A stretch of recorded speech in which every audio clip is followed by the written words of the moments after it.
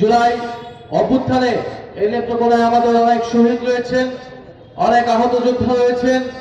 জুলাই গণ অভ্যুত্থানে আপনারা অংশ নিয়েছিলেন একটি নতুন বাংলাদেশ দেখার জন্য, সংস্কার এবং পরিবর্তন দেখার জন্য, বৈষম্যহীন সন্ত্রাসমুক্ত দুর্নীতিমুক্ত বাংলাদেশ দেখার জন্য। আমরা এই যে সরকার গঠিত হয়েছে, বিএনপি তারেক রহমানের নেতৃত্বে বিএনপি সরকার, এই সরকার নির্বাচনের আগে বলেছিল জুলাই সনদের পক্ষে তারা আছে, হ্যাঁ পক্ষে আছে। তারা বলেছিল, তারা 31 দফা করেছিল রাষ্ট্র মেরামতের রূপরেখা, যে 31 দফার ভিত্তিতে তারা দেশ পরিবর্তন করবে।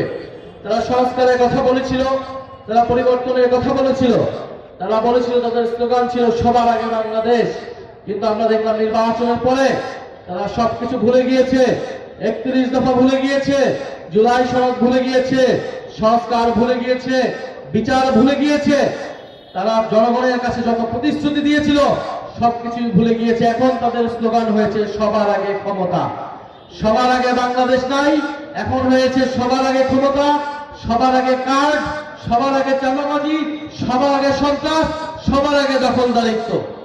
আমরা বলতে চাই বিএনপিকে, আপনারা 16 বছর ধরে মজলুম ছিলেন, ধান খেতে পাট খেতে আপনাদেরকে লুকিয়ে থাকতে হয়েছিল, অজস্র মামলার বোঝা নিয়ে আপনাদের কোর্ট পাড়ায় ঘুরতে হয়েছিল।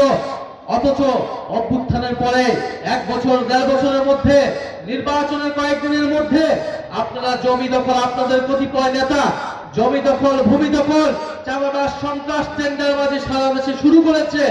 এবং বিভিন্ন জেলায় জেলায় যে ভুয়া মামলাগুলো আপনারা দিয়েছেন, জুলাই গণ অভ্যুত্থানকে খাটো করেছেন এবং দেশের অজস্র নিরপরাধ মানুষকে আপনারা মামলা বাণিজ্যের মাধ্যমে আপনারা তাদেরকে কোর্টের কাঠগড়ায় নিয়ে যাচ্ছেন। এরকম বাংলাদেশ দেখার জন্য জুলাই গণ অভ্যুত্থানে বাংলাদেশের মানুষজন জীবন দেয় নাই, রক্ত দেয় নাই, অংশগ্রহণ করে নাই। এবং এই সরকারের প্রতি আমরা বলতে চাই, জুলাই সনদের পক্ষে যেইভাবে নির্বাচনের আগে বলেছেন, এখনো প্রতারণার মতো করে বলে যাচ্ছেন তারা অক্ষরে অক্ষরে বাস্তবায়ন করবে।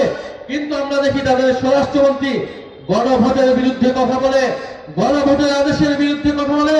যেই গণভোটের মাধ্যমে তারা নির্বাচিত হয়েছে, তারা ক্ষমতায় এসেছে এবং ক্ষমতায় এসেই তারা জনগণের কাছে যে প্রতিশ্রুতি, সেই প্রতিশ্রুতিকে তোয়াক্কা করছে না।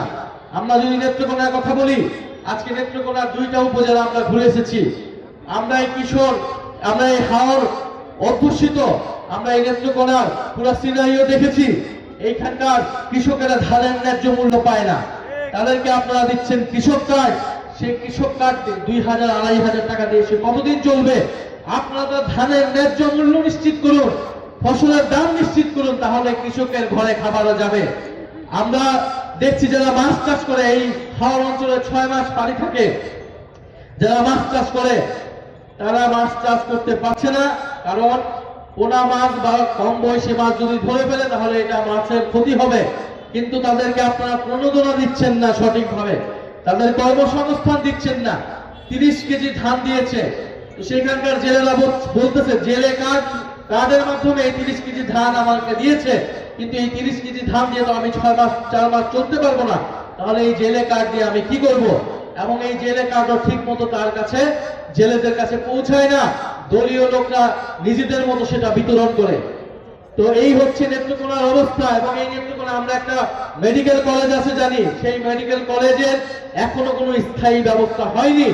350 শয্যা বিশিষ্ট এই মেডিকেল কলেজ হওয়ার কথা, এখানে একটা বিশ্ববিদ্যালয় চালু হওয়ার কথা, সঠিকভাবে পরিচালনা হওয়ার কথা, কিন্তু ওই কোনো কিছুই এই নেত্রকোনার মানুষজন পাচ্ছে না।